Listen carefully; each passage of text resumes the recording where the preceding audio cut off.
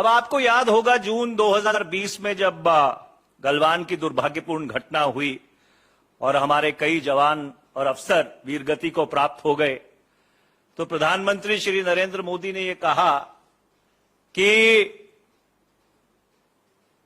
भारत की सरजमीन में किसी भी तरह की कोई घुसपैठ नहीं हुई। अब दिसंबर 2022 में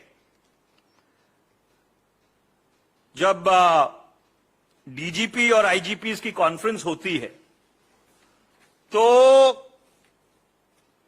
वहां पे एक पेपर प्रस्तुत किया जाता है। जो एसएसपी लद्दाख हैं उनकी तरफ से उस डीजीपी आईजीपी की कॉन्फ्रेंस में आपके बॉर्डर मैनेजमेंट को लेकर security issues pertaining to unfenced border, उस पेपर का नाम है, वो प्रस्तुत किया जाता है। और मैं उसका एक पैरा सिर्फ आपको पढ़ के सुनाना चाहता हूं, क्योंकि ये अधिकृत तौर से जो उस इलाके की एसएसपी हैं, ये उनकी तरफ से औपचारिक तौर पर जो शीर्ष स्तर की पुलिस की कॉन्फ्रेंस है उसमें ये पेपर रखा गया। उसमें ये लिखा गया है कि presently they are 65 patrolling points starting from Karakoram pass to Chumar which are to be patrolled regularly by the Indian security forces.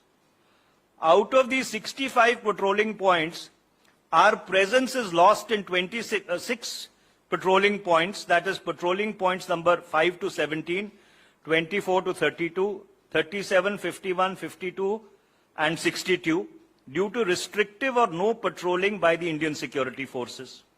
Later on, China forces us to accept the fact that as such areas have not seen the presence of the ISF or civilians since long. The Chinese were present in these areas.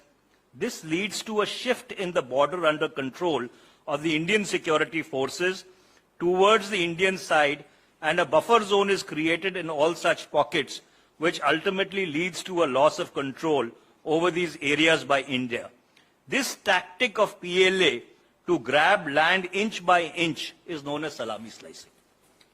अब ये किसी विपक्ष के सांसद या नेता का आरोप नहीं है, ये एक जिम्मेवार पुलिस अधिकारी जो उस इलाके में तैनात है, वहां की सुरक्षा की जिम्मेवारी उनके पास है, उन्होंने अधिकृत तौर पर ये बात एक लिखित रूप में डीजीपी और आईजीपी की कॉन्फ्रेंस के सामने रखी। तो